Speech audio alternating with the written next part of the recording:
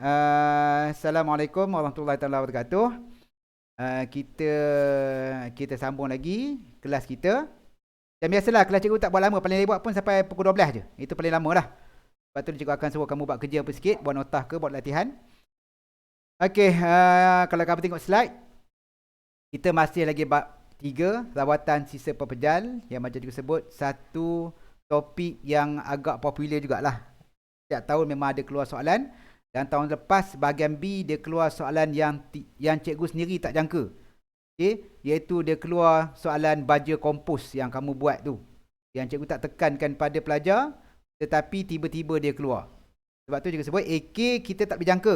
Tapi kalau siapa dapat jangka memang seronok lah. Contoh kenapa si Hakim boleh dapat A+. Salah satu sebab dia, dia pernah buat baja kompos dengan cikgu. Ada satu cikgu sekolah lain tu, dia buat master. Ada 5 orang kelas 5ST tahun lepas yang buat baja kompos. Keluar soalan tu dia orang senyum je lah. Sebab kalau kena. Okay, minggu lepas kita dah belajar tentang sisa pepejal, betul? Jenis-jenis sisa pepejal. Okay. Sebelum cikgu sambung, apa maksud sisa pepejal ni? Apakah yang dimaksudkan dengan sisa pepejal? Bahasa mudah je. Apa dia? Bahasa mudah, sisa pepejal. Sampah. Bahan buangan. Lagi. Sampah. Yelah, definisi sampah tu terlalu pendek. Kenapa dia jadi sampah? Contoh Azim. Orang cakap kamu. Kan, dia kata Azim ni macam sampah. Kan? Yang sesuatu bila orang kata, sebut kita ni sampah, kita ni tak berguna langsung tau.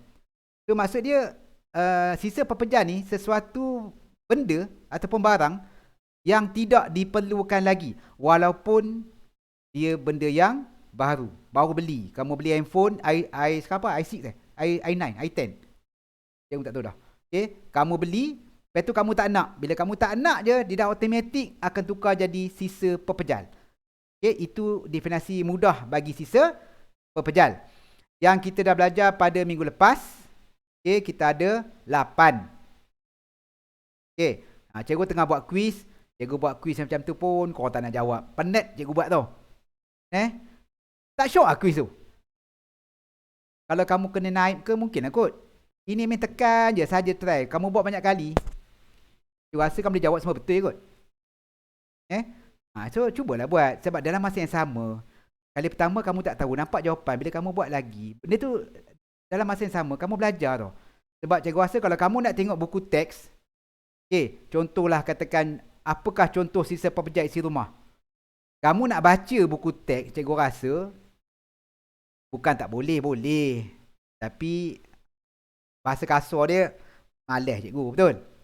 Sebab tu cikgu tengah buat quiz, memang cikgu sekarang duk gila. Sebab cikgu rasa benda tu memang boleh membantu kamu. Sebab tu cikgu buat walaupun penat nak buatnya. Okay. So ni contoh kita belajar setakat berapa? 8 kan? Kita ada 8 sisa pepejal. Cikgu ulang balik yang kita belajar minggu lepas. Kita ada isi rumah. Sebab kadang-kadang sisa pepejal ni bendanya hampir sama juga kan.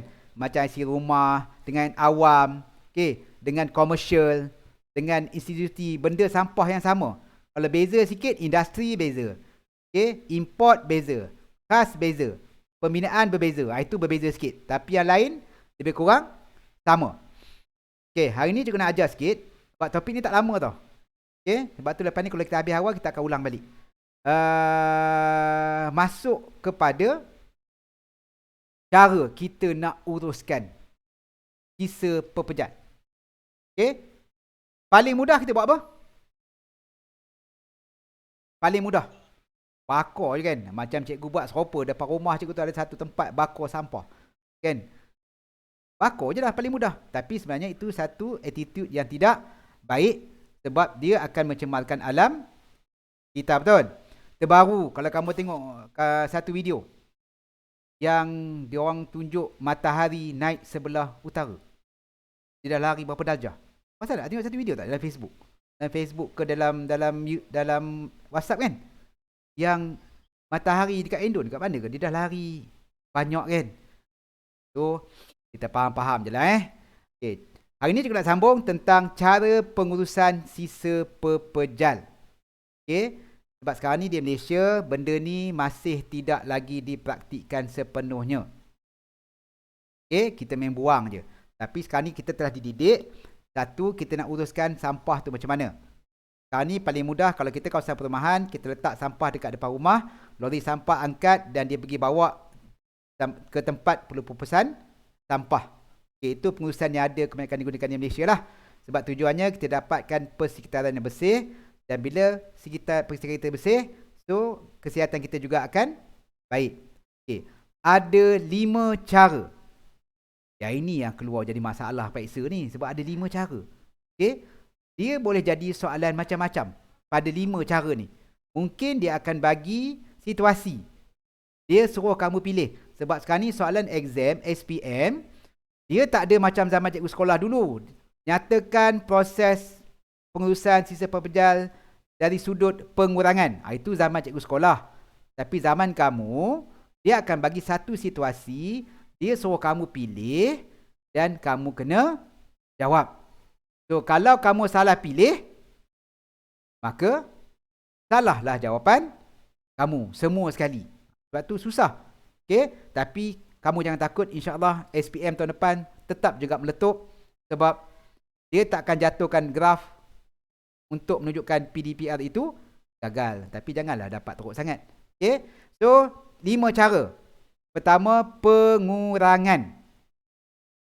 Okay, kita terang dia apa maksud dia pengurangan. Kemudian kita guna semula. Ini kita biasa dengar kan. Pengurangan, R yang pertama kita reduce.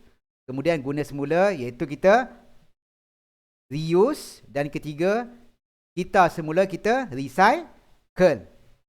Kemudian ada yang keempat, ada rawatan perantaraan dan juga ada pelupusan.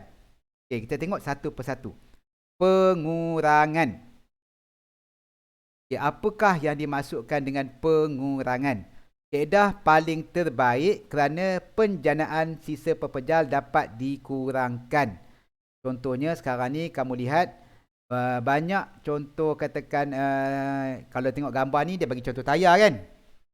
Tayar ni, dia cuba buat tayar itu jangka hayat dia tahan lama. Okay, katakan satu tayar boleh tahan 5 tahun. So, kalau ada syarikat yang boleh buat satu tayar tahan 10 tahun, contohnya, maka kita akan kurang menggunakan tayar. Betul? Tetapi kebiasaannya, kalau kamu penjual, adakah kamu nak buat tayar tu tahan selama-lamanya? Kamu rasa? Tidak. Sebab apa? Keuntungan kamu akan merosot lah. Sebab tu dia tetap juga akan buat, ada limit dia. Dan tayar juga sebenarnya, kalau kamu tak pakai sekarang ni kan, sekarang ni kita macam cikgu, kereta ada 3 biji, sebiji pun tak jalan. Okay, tayar, walaupun masih ada bunga, sampai satu masa, dia kena tukar juga. Kebiasaannya maksimum 5 tahun.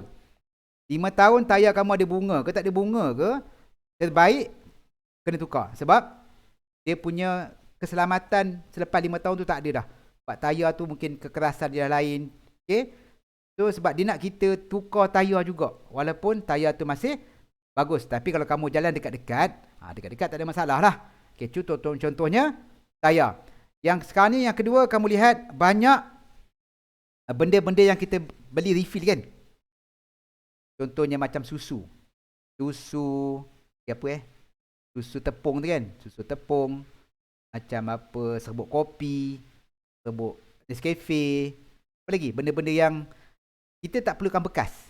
So, kita beli benda tu, kita refill aja. So, dapat mengurangkan penggunaan tin, contohnya macam bekas kotak. Kita dapat kurangkan. Okay, itu contoh yang kedua. Yang ketiga, kita isi semula. Sama macam tadi lah, macam air kan, mineral water. Lepas kita minum, botol tu kita buang. Tapi sekarang ni dah banyak tempat yang dipanggil apa? RO water. Air RO. Kita isi 10 sen, boleh isi air balik banyak kan. So itu juga salah satu kaedah kita nak kurangkan penggunaan. Okay, yang seterusnya, kita galakkan penggunaan lampin pakai buang. Pernah tengok tak lampin pakai buang? Pampers. Pampers, lampin, pakai, buang. Betul? Itu zaman kamu. Zaman kamu baby, bapak tak ada masa. Dia kena pakai pamper, lepas kamu pakai, buang. Tapi kalau zaman cikgu budak-budak dulu, zaman baby cikgu, kami pakai kain lampin. So kain lampin. Kain lampin, kali kencing dah basah dah. Macam pampers, 10 kali kencing pun dia masih mampu tampung lagi kan. So kalau zaman cikgu budak dulu, pakai kain lampin, lepas kotor, basuh, pakai balik. So maksud dia sekarang ni dia ke arah itu balik tau. Maksud dia gunakan semula. Lampin tu gunakan balik. Tapi jenuh lah kamu kan. Kalau kamu kerap kencing 2-3 kali memang keluar layar dia. Sebab dia bukannya boleh mampu tampung macam pampers. Okay, apa pampers pakai buang tu. Ini contoh kaedah pengurangan. Selain daripada ini, kadang-kadang ya, okay, apa dia? Ada Mizat lah. Kenapa? Ada Mizat lah. Okay, selain daripada ini, kadang-kadang keluar soalan, kamu kena fikirkan apakah contoh selain daripada ini. Okay. Ini siapa? Alisha ni? Oh, okay. Okay, right. Okay. Okay, so boleh faham tak kaedah pengurangan? Maksud dia, kita kurangkan penggunaan dia. Ini contoh-contoh dia lah. So, dalam exam, kamu kena fikirkan lah, kok ada contoh-contoh yang lain. Itu kita yang pertama, kita kurangkan. Yang kedua, kita guna semula. Menggunakan produk yang berulang-ulang. Okay, contohnya, kalau lihat macam bekas makanan, akan datang mungkin kot, kalau kita nak tapau makanan, kita kena bawa bekas sendiri. Tak ada nak bungkus-bungkus dah. Okay, tujuannya kita nak kurangkan pembuangan sisa pepejal. Contohnya macam bekas-bekas plastik ni kan. Benda-benda ni semua, kita nak guna semula. Supaya dapat mengurangkan penghasilan sisa pepejal. Okay, ini dinamakan guna semula. Contoh-contoh dia. So, kalau kamu tengok buku teks, gunakan bekas makanan, pembungkusan kotak. Okay, ini contoh. Okay, yang ketiga, benda-benda ni kamu dah biasa dengar dah sebenarnya. Cuma cikgu ulang balik. Yang ketiga, kamu kitar semula. Ni dulu, pada satu masa dulu, tong ini amat popular. Tapi sekarang ni, tong ni dah, orang dah tak kisah dah. Okay. Kita macam seolah-olah dah tak nak pakai dah benda-benda ni kan. So kita semula kita asingkan. Sebab tu banyak di negara-negara maju, kita tak dipanggil negara maju lagi. Sebab kita punya minda pun sikap kita tak maju. Tapi negara maju, mereka memang buang sampah ikut pengasingan. Okay, yang ini kamu kena hafal. Kadang-kadang keluar soalan. Okay, walaupun payah tapi suka tak suka, macam sebut-sebut, AK kalau kamu nak skor A, kamu kena hafal. Okay. Yang pertama ada 3 kotong, iaitu yang pertama warna biru. Kita hanya buang kertas. Supaya kertas ni kita boleh kitar semula. Kita gunakan balik kertas-kertas ni. Okay. Di mana kalau melihat semua kertas berwarna dan tidak berwarna seperti buku, okay, kita campur dalam ni. Tidak termasuk kertas tisu, kertas karbon, kertas minyak. Sebab tu kamu lihat orang yang Cina yang beli kertas kan. Dia beli kat kita kilo 20 sen. Tapi dia jual balik mahal. Okay? Sebab itu cara paling mudah untuk kamu jana duit. Sebab kita semula kita boleh dapat semula duit. Okay? Yang kedua, bekas yang kedua adalah coklat. Kita buang botol. Okay, sekarang ni penggunaan botol dah tak berapa banyak kan. Tak banyak yang menggunakan botol yang kaca. Kebanyakannya sebanyak bekas-bekas kita menggunakan plastik, betul? Contoh macam air Coca-Cola kan. Zaman sekarang kamu tak akan jumpa botol. Air minum apa bergas kan. Semua dah menggunakan plastik. Sebab apa pakai plastik? Kenapa tak pakai botol kaca? Satu, plastik ni kita boleh recycle balik tau. Mudah untuk di recycle. Okay? Macam kaca, kalau zaman cikgu budak-budak dulu, kami nak cari duit tambahan, kami akan cari botol. Kami cari botol kicap. Kami carilah botol-botol air kok kan. Kumpul-kumpul-kumpul, jual. Itu yang keluar perkataan, alah ramai Rashim lah kan. Clean botol tu. Sebab kalau zaman cikgu budak dulu, yang datang beli botol-botol tu adalah India. Yang terkeluar perkataan tu. Okay? Tapi sekarang ni kamu susah nak cari botol. Okay? Kecuali, tapi kebanyakan ni semua dah pakai plastik. Okay. So kalau ada botol, kamu kena buang pada kotak berwarna coklat. Okay. Yang ketiga, plastik kotak berwarna jingga. Okay. Semua berkaitan dengan plastik. Okay. Aluminium, plastik, semua diletakkan dalam bekas ini. Tujuannya, bila kita asingkan dia, bila kita nak kitar semula, dia jauh lebih mudah. Tapi kalau macam sekarang ni di Malaysia, dia gabungkan sekali. Dia memang tak boleh nak kitar balik. So apa yang dia boleh buat? Dia lupuskan sahaja. Sebab susah nak asingkan. Ini kaedah yang ketiga, kita kitar semula. Okay, kaedah yang keempat, rawatan perantaraan. Okay, rawatan perantaraan ini, maksud dia, okay, kuantiti sisa dikurangkan, baki sisa tidak boleh kitar semula dihantar ke pusat rawatan perantaraan. Maksudnya benda-benda yang tidak boleh dikitar semula. Contohnya selain daripada kertas, selain daripada botol, okay, selain daripada plastik yang tidak boleh dikitar semula, dia akan pergi ke rawatan perantaraan. Iaitu kita ada dua. Yang pertama, incinerator. Cikgu akan ajar lebih detail dia apa maksud incinerator. Yang dekat Malaysia ni masih lagi, rasa tak ada lagi incinerator ni kat Malaysia ni. Untuk merawat sisa pepejal yang tidak boleh dikitar semula. Kemudian kita ada pengkomposan. Pernah dengar perkataan kompos tak? Kamu dah buat dah kompos kan? Kan? Yang kamu buat tu. Yang kamu buat itu air tuak tu. Tu kompos lah tu. Okay, dua kaedah. Ni rawatan, ini kaedah yang keempat. Okay, kaedah yang kelima yang sekarang ni kita buat. Iaitu kita bakar, tanam, apa lagi? Tapak pelurusan sampah, kita buang macam lori sampah. Dia akan kutip semua sampah-sampah. Dia akan buang dekat sini. Okay. Apa masalah yang akan berlaku kalau buang dekat sini? Pencemaran. Dalam exam, jangan sebut pencemaran tau. Sebab pencemaran itu banyak. Okay. Dalam exam dia banyak tau pencemaran. Kita ada pencemaran udara. Kita ada pencemaran tanah. Kita ada pencemaran air. Dia apa? Apa dia? Tanah, air, udara. Itu je lah kot. Ada 3. So, yang ini semua ada, betul? Ada pencemaran udara tak? Ada. Sebab bau dia busuk. Sebab tu kalau rumah kamu dekat dengan tempat pelurusan sampah, memang berbau busuk. Kemudian kawasan tinggi, letak kawasan tinggi. Kemudian tapak kauri.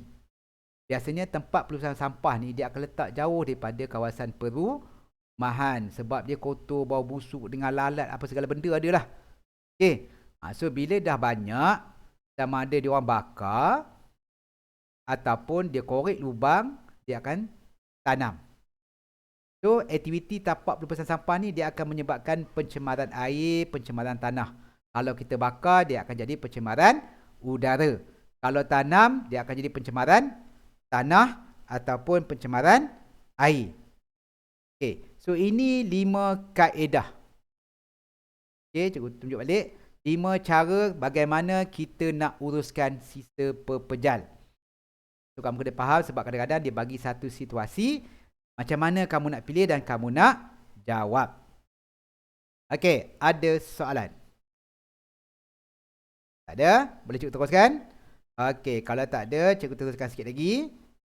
Kita ada lagi lebih kurang 10 minit untuk cikgu ajar secara online ni. Okay. Hierarki pengurusan sisa pepejal. Okay. Yang ada sekarang. Okay. Yang ada sekarang, macam cikgu sebut tadi lah. Dekat Malaysia, kalau kamu tengok piramid ni, okay, paling banyak di Malaysia kita lupus. Bila sebut lupus, kamu kena ingat 3 kaedah. Iaitu, kita ni bekas tapak kauri kita tanam. Okay, ni tapak-tapak lah. Ataupun kita bakar. Itu cara kita lupus. Dan kedua-dua kaedah ini, dia menyebabkan berlakunya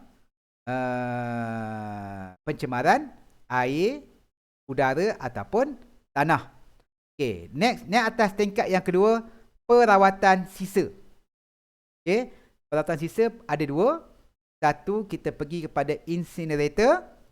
Okey, sebab kita boleh jana kuasa menggunakan sisa pejal yang kita namakan, kalau sebelum ni kita belajar air sisa kumbahan, kita boleh aplikasikan dia dengan 3 cara. Apa dia? Ingat kita? Air sisa kumbahan, aplikasi teknologi hijau untuk air sisa kumbahan. 3 benda yang boleh buat. Yang pertama, ingat? Tak ingat? Biogas. Ingat? Untuk jana kuasa tenaga elektrik. Biogas. Yang kedua, ingat, kita ada bioeffluent. Itu air dia, kita boleh buat benda-benda mencuci, membasuh, membersih. Okay, itu bioeffluent.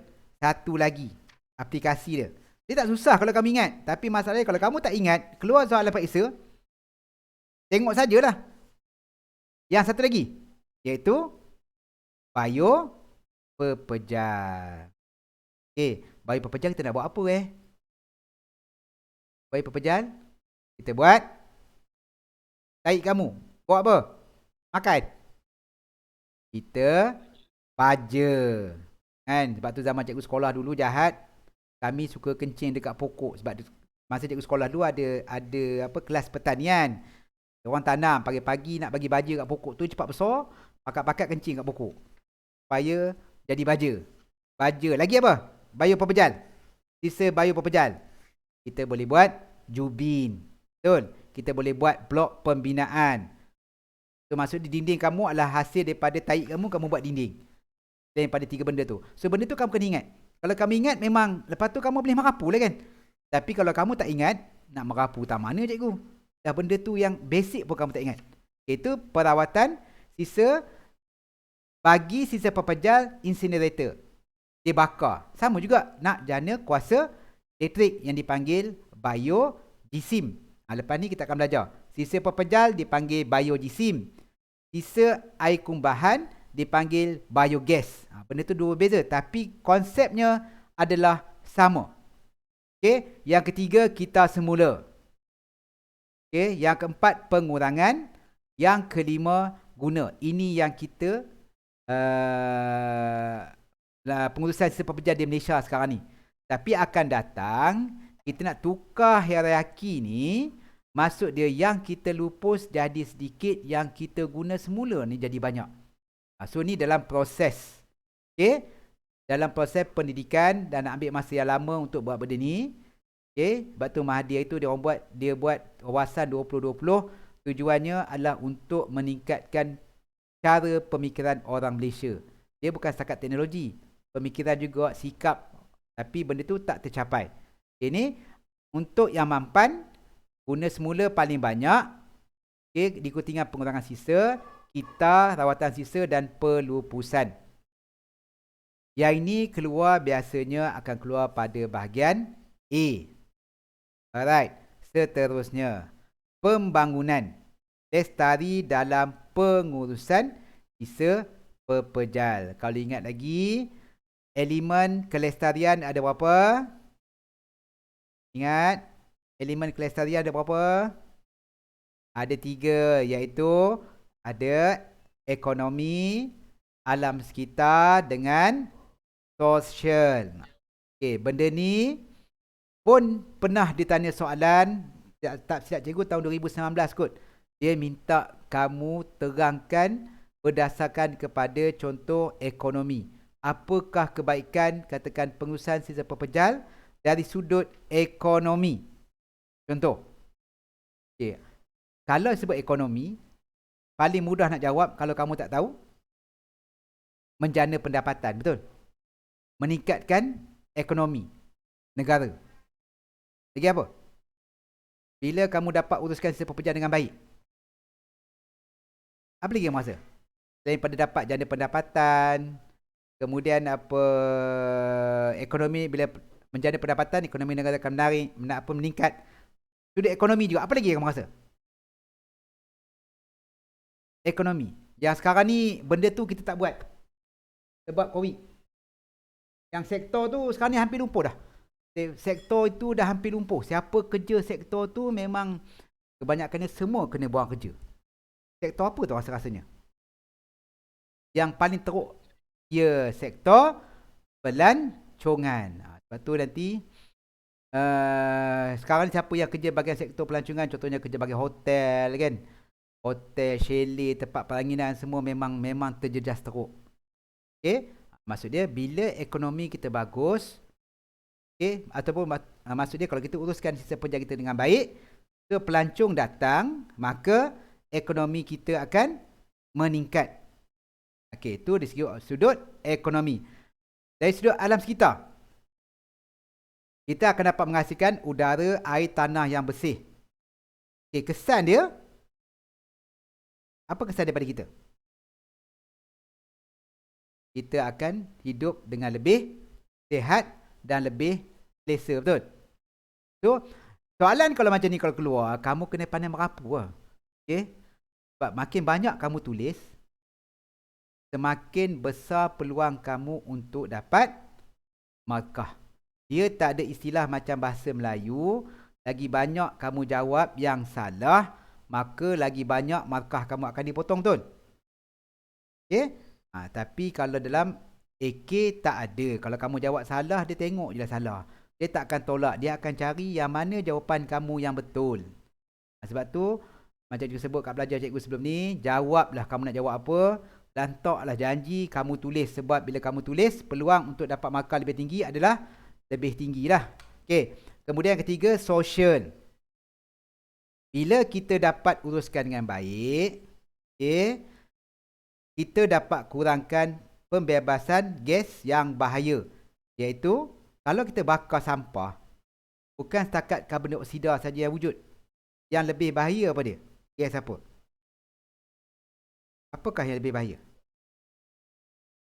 Gas yang lebih bahaya daripada karbon dioksida, okay, adalah gas metana.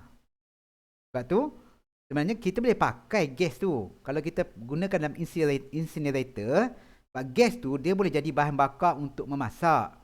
Gas tersebut, gas metana tu. Sebab tu kalau sisa pepejar tu, daripada kita buang gitu saja, kita tanam, kenapa kita tak gunakan dia balik untuk jadikan gas memasak? So kita dapat kurangkan pembuangan sisa pepejal. Kemudian kita bakar dia juga. Bakar, kita boleh buat macam biogas. Tapi dalam sisa pepejal dipanggil bioisim.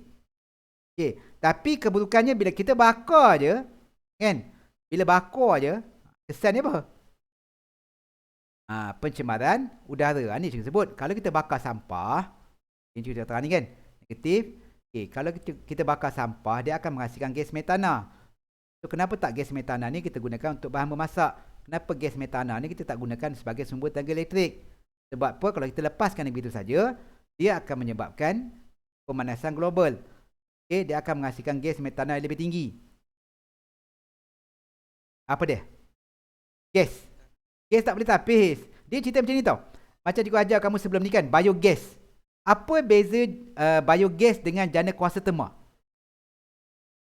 Apa beza dia? Biogas, jana kuasa biogas yang menggunakan sumber biogas dengan jana kuasa yang menggunakan sumber yang tidak boleh diperbarui. Contoh dia gunakan diesel, gunakan petroleum, gunakan nuklear, gunakan anak batu. Apa beza dia? Ataupun apa sama dia? Cikgu cerita minggu lepas kan? Apa beza dia? Beza dia, kalau jana kuasa terma, sumber dia kamu kena beli. Betul? Kamu kena beli diesel, kamu kena beli alam batu, kamu kena beli petroleum, kamu kena beli. Kos dia meningkat, kos dia tinggi. Bagi kesan daripada ekonomi. Sebab tu, tak bagus. Tapi dalam bioisim nanti, kamu belajar lepas ni, sisa pepejal kamu tak beli. Kamu ambil, daripada dia buang dekat tempat pelupusan sampah, dia ambil, pergi hantar dekat incinerator, dekat jana kuasa bioisim, dia bakar. So, sumber dia adalah percuma. Maksudnya kos lebih rendah. Tapi apa sama dia? Sama dia akan menyebabkan pemanasan global. Sebab dia membebaskan gas metana. Yang sana akan membebaskan gas karbon dioksida. Dua-dua membebaskan gas yang tak sepatutnya dibebaskan. Cuma bezanya, kalau biogesim, sumber dia kita tak payah beli. Kita gunakan balik. So impact dia, sisa pepejal kita tak adalah kita tanam. Ataupun kita bakar tapi kita tak dapat apa pun. Okay, boleh faham? Itu je beza dia. Right? Boleh? Boleh cuba teruskan lagi? Angkat lama-lama dah 30 minit dah ni. Okay, sikit lagi. Okay, elemen pengurusan sisa pepejal. Okay, maksud dia, kalau ni maksud dia elemen kita ada beberapa elemen, iaitu kita ada 4 ataupun kita ada berapa elemen? 5 Sisa dikumpul hantar 3, 4, 5. Kita ada 5, ada 6. 6 elemen. 7. Sekejap, 7. Ada 7. Okey. Yang pertama, yang ni dia elemen pengurusan. Maksud dia pertama kita kumpulkan. Okey. Daripada, katakan ini, sisa apa ni kamu rasa ni? Kalau tengok, kalau gambar macam ni. Kalau tengok gambar bangunan ni, kita ada 8 sisa pepejal. Kamu boleh kata apa? Sisa apa kamu rasa boleh keluar daripada gambar ni? Ni bukan kilang. Kita boleh keluar satu sisa isi rumah boleh, domestik boleh. Ada 4 juga sebut tadi. Yang dia bukan sama. Domestik, isi rumah, awam dengan institusi. Okey, ni boleh keluar. Okey, maksud dia dikumpulkan, kemudian akan dihantar. Sama ada kita nak, ni proses je lah. Cuma ada yang kena kita jadikan dia sisa pepejal ni, ada kita jadikan tenaga elektrik, ada kita proses sisa tersebut, ada yang kita gitar semula. Ni contoh elemen. Okey, yang ini yang kita sebut ada 5. Ada 5 ke? Aku rasa ada banyak. 1, 2, penyimpanan, kemudian pengutipan, pemindahan rawatan. Dia ada 7 patutnya. Dia tinggal lagi 2. Okey. Pergi pada yang pertama. Habis ni kita berhenti. Okey, yang pertama elemen pengurusan sisa pepejal yang pertama adalah penjanaan. Okey, yang kedua kalau melihat buku teks ada pengasingan. Yang ketiga penyimpanan. Kemudian yang keempat ada pemindahan dan pengangkutan. Okey, yang kelima pemerolehan semula bahan dan tenaga. Dalam buku teks lah kita tengok Kemudian kita ada pelupusan. Dan akhir setakat itu ya, kita ada pelupusan. Okey, kita tengok pada yang pertama, penjanaan. Bagaimana sampah terjana? Kita ada berapa? Sisa pepejal ada berapa? Ada 8. 8 ke 7? Saya tak ingat. 8 saja. FG 8 sisa pepejal. Okay, contoh dia kata bagaimana sisa pepejal terjana, penjanaan, penghasilan sisa pepejal sesuatu produk atau bahan yang tidak mempunyai fungsi dan dibuang oleh pengguna. So kita ada banyak sisa pepejal yang kita belajar, isi rumah, komersial, awam, perindustrian. Kan? Ni benda-benda yang terkumpul, yang dijanakan. Maksud dia yang 8 kamu belajar sebelum ni, sisa pepejal, ni lah contoh dia. Maksud dia penjanaan yang terhasil daripada mana? 8 sisa pepejal tadi yang cikgu ajar. Okey, yang kedua, proses pengasingan. Okey, penjanaan, kedua pengasingan kita asingkan. Okey, dalam kalau kamu tadi cikgu dah sebut dalam kitab semula kan. Kaedah pengurusan sisa pepejal kita ada 5 tadi. Cara pengurusan kita ada kita semula. Bila kita semula, kita asingkan supaya kita boleh gunakan balik benda-benda tersebut kalau kita asingkan. Ini contoh pengasingan yang boleh kita semula, yang tak boleh. Okey, macam sisa dapur ni tak boleh nak kita semula. Tapi kita boleh jadikan dia baja kompos. Ni contoh. Okey. Pengasingan. Kalau melihat buku teks lihat buku surat 193. Pengasingan dia akan asing-asing dari kertas, plastik, lain-lain sisa baki. Sisa baki. Kemudian cara kita nak kital semula. Ni yang keluar soalan terlepas ni. Okey, yang pertama dia kata kalau perlu basuh, kita basuh. Okey, itu yang pertama. Yang kedua, kena pasti jenis sisa anda. Kemudian kalau melihat yang tak boleh kita semula, kita asingkan. Okey, maksudnya kamu asing, kamu kena pasti. Kemudian kamu asingkan dia. Yang mana boleh kita semula, yang mana tak boleh kita semula, yang mana sisa makanan. Maksudnya dalam rumah kita sepatutnya kita ada 3 tong sampah. Sepatutnya. Okey, satu yang boleh kita semula, tong sampah. Yang kedua tak boleh kita semula. Yang ketiga untuk sisa makanan. Sepatutnya. Okey, ini cara-cara nak kita semula. Kemudian penyimpanan. Jenis-jenis tong sampah yang ada. Okey, sampai tong sampah pun belajar cikgu. Memang belajar. Ni contoh sampah. Biasa nampak tak ni? Komposisi, sisa pepejal dan kesannya. Tong sampah komunal. Okey. Dia kata simpan untuk dalam tempoh lama menyebabkan bau busuk. Proses yang berlaku menyebabkan larut resapan.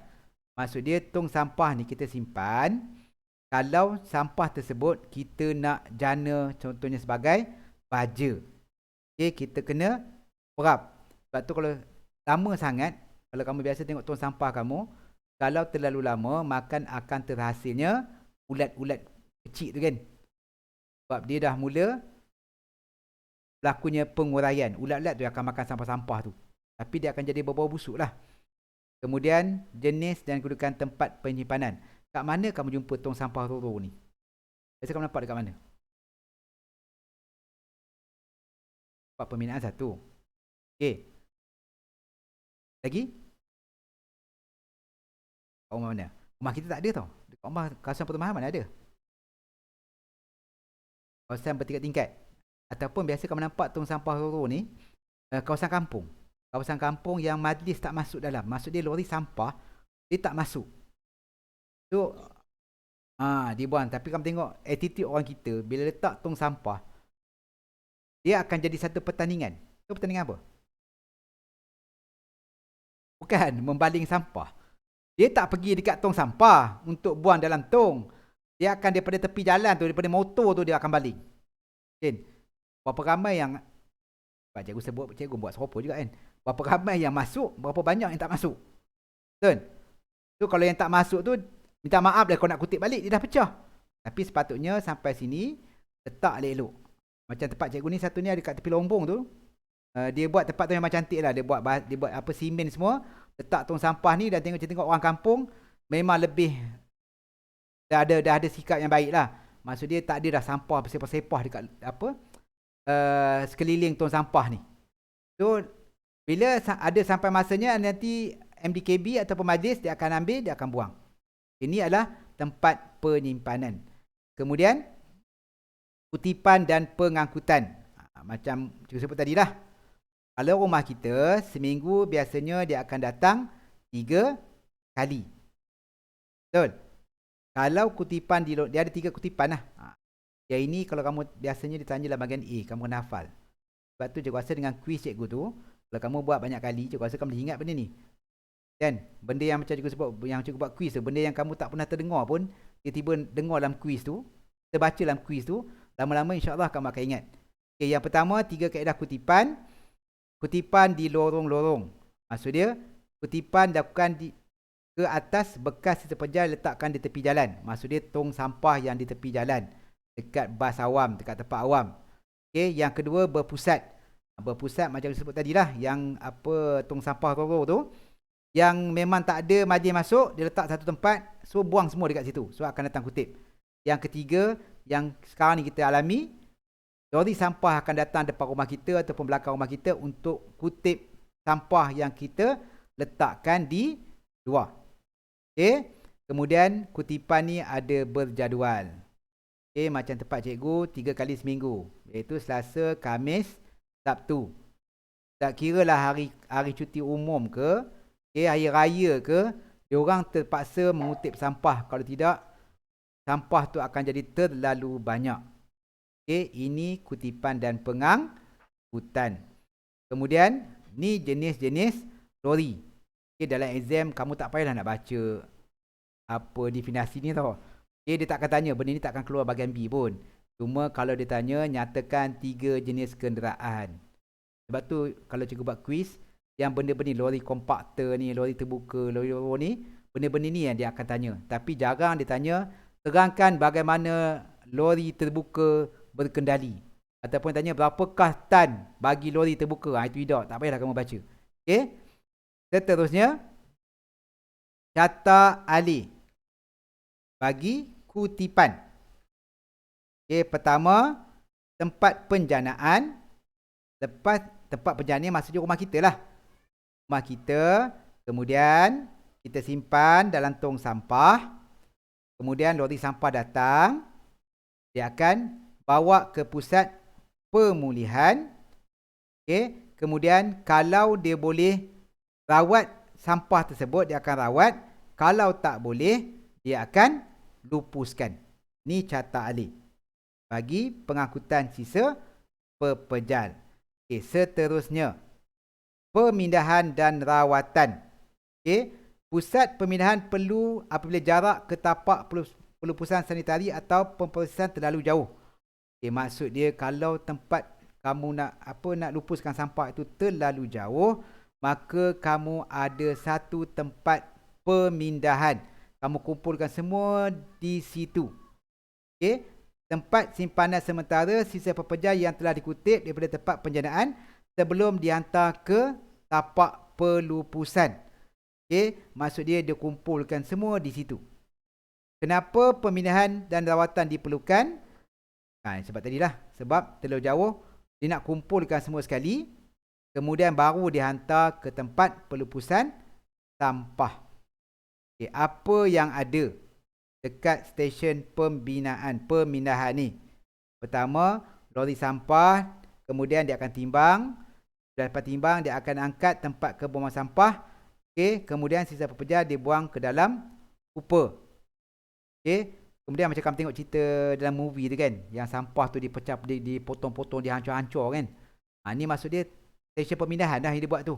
Kemudian sisa pepejal dipindahkan ke dalam silo dan dimampatkan, kemudian barulah diangkat ke tempat pelupusan sanitari ataupun tempat pelupusan sampah. Okey, ni contoh tempat pengurusan isi padu lepas kita dah hancur-hancur tadi tu. Okey, maksudnya ni proses ni untuk menghancurkan sisa pepejal tadi. Okey, next, tempat pemulihan semula bahan dan tenaga. Ni kamu lihat dia dah hancur, dipotong-potong, dimampat-mampatkan. So kita ada 2 kaedah untuk buat sisa pepejal tersebut. Okey, yang pertama incinerator dan yang kedua pengomposan.